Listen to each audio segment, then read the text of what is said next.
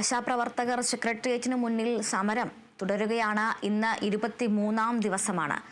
ആശമാരുടെ ആവശ്യം പ്രതിപക്ഷം ഇന്ന് സഭയിൽ ഉന്നയിച്ചേക്കും. അതേസമയം സമരക്കാർക്ക് ജനപിന്തുണയും ഏറുകയാണ്. വിവരങ്ങളുമായി സൂര്യഗായത്രി ചേരുന്നുണ്ട്. സൂര്യ, സമരവേദി ഇപ്പോൾ രാവിലെ സജീവമായി വരുന്നതേ ഉള്ളൂ. എന്തായാലും അവിടെ ഇന്നും നിയമസഭയിൽ ഈ ആശമാരുടെ സമരം അടിയന്തര പ്രമേയമായി അവതരിപ്പിക്കും. സർക്കാരിൽ നിന്നുള്ള കൂടുതൽ പ്രതികരണങ്ങൾ ഉണ്ടാകും. എന്താണ് ഇന്ന് ആശമാർ പ്രതീക്ഷിക്കുന്നത്? കൂടുതൽ പ്രവർത്തനങ്ങൾ, കൂടുതൽ നടപടികൾ, പ്രതിഷേധ നടപടികൾ എന്തെല്ലാമാണ്? അതുല്യ, സമരത്തിൽ നിന്ന് പിന്നോട്ട് പോയിക്കൊണ്ടുള്ള ഒരു വിട്ടുവീഴ്ചയ്ക്കും ആശാവർക്കർമാർ തയ്യാറല്ല എന്നുള്ളത് തന്നെയാണ് ഏറ്റവും പ്രധാനപ്പെട്ട കാര്യം. ഇന്നിപ്പോൾ സമരം 23-ാം ദിവസം എത്തി നിൽക്കുമ്പോൾ സഭയിൽ പ്രതിപക്ഷം അടിയന്തര പ്രമേയമായിട്ട് ആശാവർക്കർമാരുടെ പ്രശ്നം കൊണ്ടുവരുന്നതിന് വേണ്ടിയുള്ള തയ്യാറെടുപ്പ് നടത്തുന്നുണ്ട്. ഇന്നലെയും സഭയിൽ വിഷയം എത്തിയിട്ടുണ്ടായിരുന്നു. ശ്രദ്ധ ക്ഷണിക്കലായിട്ടാണ് വിഷയം കൊണ്ടുവന്നിട്ടുണ്ടായിരുന്നത്. കെ ശാന്തകുമാരി MLA ആണ് ശ്രദ്ധ ക്ഷണിക്കലായിട്ട് വിഷയം കൊണ്ടുവന്നിട്ടുണ്ടായിരുന്നത്. പൂർണ്ണമായിട്ടും കേന്ദ്ര സർക്കാരിനെ വിമർശിച്ചുകൊണ്ടുള്ള നിലപാടാണ് സർക്കാർ ഇന്നലെ സ്വീകരിച്ചിട്ടുണ്ടായിരുന്നത്. കേന്ദ്രത്തിന്റെ ഭാഗത്തു നിന്നാണ് കൃത്യമായിട്ട് വിഹിതം ലഭിക്കാത്തത്. അത് നേടിയെടുക്കുന്നതിന് വേണ്ടിയുള്ള ഒരുമിച്ചുള്ള പ്രവർത്തനമാണ് വേണ്ടത് എന്നുള്ള കാര്യമാണ് പറഞ്ഞിട്ടുണ്ടായിരുന്നത്. അതേ കാര്യങ്ങൾ തന്നെ ആരോഗ്യവകുപ്പ് മന്ത്രിയും ആവർത്തിച്ച് പറയുന്നത് നമ്മൾ കണ്ടിട്ടുണ്ടായിരുന്നതാണ്. ഇന്നിപ്പോൾ അടിയന്തര പ്രമേയമായിട്ട് വിഷയം ഉന്നയിക്കപ്പെടുമ്പോൾ പ്രതിപക്ഷവും അതുപോലെ തന്നെ ഭരണപക്ഷവും ഒരുപോലെ പ്രതിവാദങ്ങൾ ഉന്നയിക്കുന്നതിനുള്ള സാധ്യത ഏറെയാണ്. അതിൽ പ്രതിപക്ഷത്തിന്റെ നേർക്ക് വലിയ രീതിയിലുള്ള ആക്ഷേപങ്ങൾ സർക്കാർ ഉയർത്തുന്ന സാഹചര്യം നിലനിൽക്കുന്നുണ്ട്. UDF സർക്കാരിന്റെ കാലത്ത് യാതൊരുവിധ ആനുകൂല്യങ്ങളും ആശാവർക്കർമാർക്ക് നൽകിയിട്ടുണ്ടായിരുന്നില്ല എന്നുള്ളത് ആവർത്തിച്ച് ഭരണപക്ഷം പറയുന്നു. തങ്ങൾ ഭരണത്തിൽ വന്ന സമയത്താണ് എന്തെങ്കിലുമൊക്കെ ആനുകൂല്യങ്ങൾ ആശാവർക്കർമാർക്ക് നൽകിയിട്ടുണ്ടായിരുന്നത്. നിലവിൽ ഓണറേറിയം, ഏറ്റവും കൂടുതൽ ഓണറേറിയം ലഭിക്കുന്നത് സംസ്ഥാനത്തെ ആശാവർക്കർമാർക്കാണ് എന്നുള്ളതും ആരോഗ്യ വകുപ്പ് മന്ത്രി ആവർത്തിക്കുന്നുണ്ട് എന്നുള്ളതാണ്. എന്തായാലും ഇന്നിപ്പോൾ സഭയിലടക്കം ഈ വിഷയം ഉന്നയിക്കപ്പെടുമ്പോൾ എന്തൊക്കെയാണ് ആശാവർക്കർമാരുടെ പ്രതീക്ഷകൾ എന്ന് നമുക്ക് അവരോട് തന്നെ ചോദിക്കാം. 23-ാം ദിവസം എത്തി നിൽക്കുന്നു സമരം. അതുകൊണ്ട് തന്നെ സമരം തുടരുന്നു എന്ന ചോദ്യം പ്രസക്തമല്ല എന്നറിയാം. എന്തായാലും ഇനിയുള്ള പ്രതീക്ഷ എന്താണ്? എന്ത് പ്രതീക്ഷ വെച്ചുകൊണ്ടാണ് നിങ്ങൾ ഈ സമരം തുടരുന്നത്? പ്രതീക്ഷ എന്ന് പറയുന്നത് ഗവൺമെന്റ് ചർച്ചയ്ക്ക് വിളിക്കുക, ഞങ്ങൾ ഉന്നയിച്ചിരിക്കുന്ന ഡിമാൻഡുകൾ അംഗീകരിക്കുക, സമരം അവസാനിപ്പിക്കുക, അത്രയേ ഉള്ളൂ.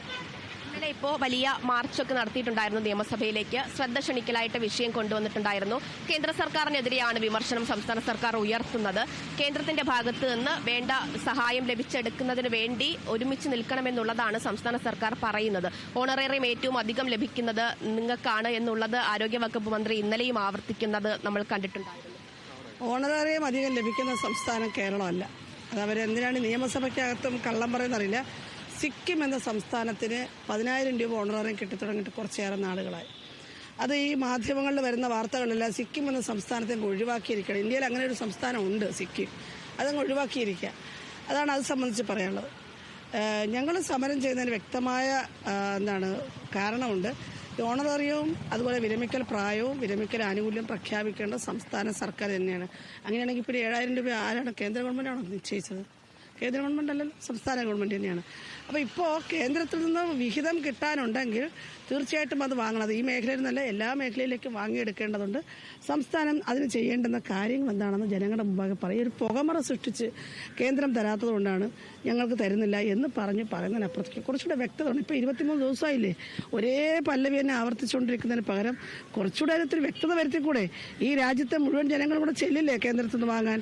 അപ്പോൾ നമ്മൾ കേന്ദ്ര ഗവൺമെൻറ്റിനെതിരെ സമരം ചെയ്തത് മുഴുവൻ ആളുകളുണ്ട്. ഡൽഹി പോയിട്ടല്ലല്ലോ, കേന്ദ്ര സംസ്ഥാന ഓഫീസുകളുണ്ട്, അവിടേക്ക് വരട്ടെ.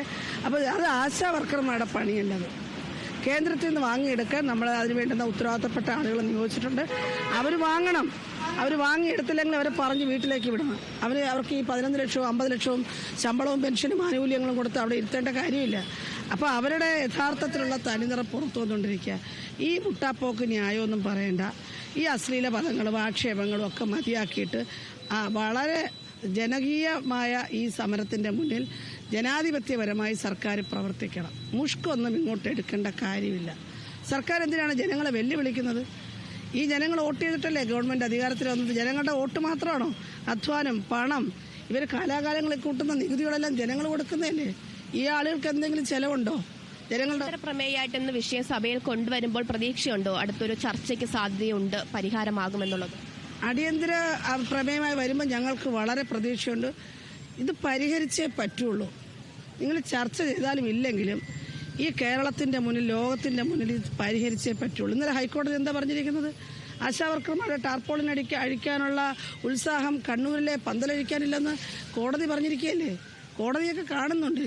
ഇത് ആളുകളെ മണ്ടന്മാരാക്കുന്ന, ഈ ഭരിക്കുന്ന ഏതാനും ചില ആളുകൾ ഒഴിച്ച് ബാക്കി മുഴുവൻ ആളുകളും ഈ ഭരണത്തെയും സർക്കാരിൻ്റെ നയങ്ങളെയും നടപടികളെയും നോക്കിക്കാണുന്നുണ്ട്, വിമർശനമുണ്ട്.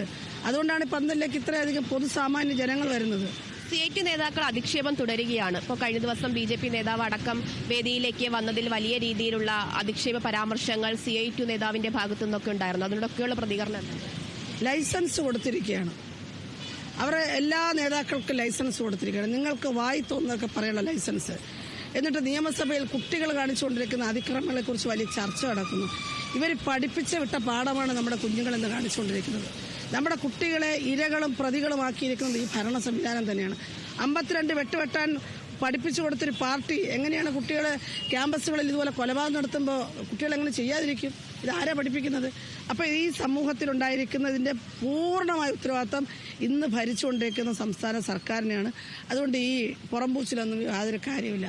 നിലയ്ക്ക് നിർത്താൻ പഠിക്കണം. ജനങ്ങളോട് പ്രതിബദ്ധത വേണം. ജനങ്ങളെ മര്യാദയ്ക്ക് ജനങ്ങളെ സമീപിക്കാൻ പഠിപ്പിക്കണം. ധാർഷ്ട്യവും അഹങ്കാരവും ഉപേക്ഷിക്കണം. ഞങ്ങൾക്ക് പറയുന്നത് വൈകിയ വേളയിലെങ്കിലും അവർ ഉപേക്ഷിക്കുക. ഈ 26,000 ആശമാരും ഈ ഗവൺമെൻറ്റിന് പിന്നാലെ പോയില്ലേ? അനുകൂലമായൊരു നടപടി ഉണ്ടായാൽ ഞങ്ങളുടെ ഗവൺമെൻറ് ഞങ്ങൾക്ക് തന്നു എന്ന് പറഞ്ഞ് പോകുന്ന ആളുകളാണ് ഈ ഇരിക്കുന്നത്. ഇവരെന്താ മനസ്സിലാക്കിയിരിക്കുന്നത്? വന്നിരിക്കുന്ന ആശാവർക്കർമാരൊക്കെ സർക്കാരിൻ്റെ എതിർപക്ഷത്തുള്ള പോരാളികളെന്നാണ് വിചാരിച്ചിരിക്കുന്നത്. അല്ല. ആരാണ് ഈ ഉപദേശിച്ചു കൊടുക്കുന്നത്? കുറേ ഉപദേശകരുണ്ടല്ലോ. സത്യത്തിൽ കഷ്ടം തോന്നുകയാണ് ഈ മന്ത്രിമാരെക്കുറിച്ച്. അവർക്ക് സ്വന്തമായിട്ട് ചിന്തിക്കാൻ, ഈ ഗ്രൗണ്ട് റിയാലിറ്റി മനസ്സിലാക്കാൻ പറ്റാതെ പോകുന്നില്ല എന്നുള്ളത്. സമരം കൂടുതൽ ശക്തമാക്കും. തീർച്ചയായിട്ടും സമരം അതിശക്തമാക്കും. ആദ്യ ദിവസം കേട്ടതിൽ നിന്ന് അവരുടെ ശബ്ദത്തിന് കൂടുതൽ മൂർച്ചയേറിയിട്ടുണ്ട് എന്നത് തന്നെയാണ് ഏറ്റവും പ്രധാനപ്പെട്ട കാര്യം. അത്തരത്തിലുള്ള മൂർച്ച അവർക്ക് അവരുടെ സംസാരത്തിന്, അവരുടെ പ്രതികരണങ്ങളിൽ നൽകിയത് സംസ്ഥാന സർക്കാരും CIT അടക്കമുള്ള സംഘടനയും എന്ന കാര്യത്തിൽ യാതൊരുവിധ സംശയമില്ല. തുടക്കം മുതൽ തന്നെ വലിയ രീതിയിലുള്ള അധിക്ഷേപ പരാമർശങ്ങൾ ആശാവർക്കർമാർക്ക് എതിരെ ഉയർത്തുന്നുണ്ട്. അതിൽ നിന്ന് തന്നെയാണ് കൃത്യമായിട്ടുള്ള ഒരു നിലപാട് ആശാവർക്കർമാർ പ്രഖ്യാപിക്കുന്നത്. അവർ ഉന്നയിക്കുന്ന ആവശ്യങ്ങൾ അത് കൃത്യമായിട്ട് സർക്കാർ പരിഗണനയിൽ എടുക്കുന്നതുവരെ, അവർക്ക് അനുകൂലമായി ഒരു തീരുമാനം സർക്കാർ എടുക്കുന്നത് വരെ സമരം തുടരാൻ തന്നെയാണ് ആശാവർക്കർമാരുടെ തീരുമാനം.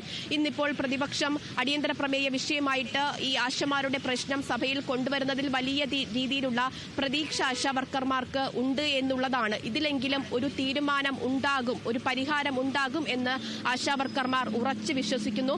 23 ദിവസത്തോളം എത്തുന്നു ആശാവർക്കർമാരുടെ സമരം. ഇനിയും അവരെ സെക്രട്ടേറിയറ്റ് പടിക്കൽ ഇത്തരത്തിൽ ഇരുത്തരുത് എന്നുള്ള ആവശ്യം തന്നെയാണ് പല കോണുകളിൽ നിന്നായിട്ട് ഉയരുന്നത്. ഉടനടി തന്നെ സർക്കാർ അതിലൊരു തീരുമാനം എടുക്കണമെന്നുള്ളത് തന്നെയാണ് ഏറ്റവും പ്രധാനപ്പെട്ട കാര്യം. അതുല്യ.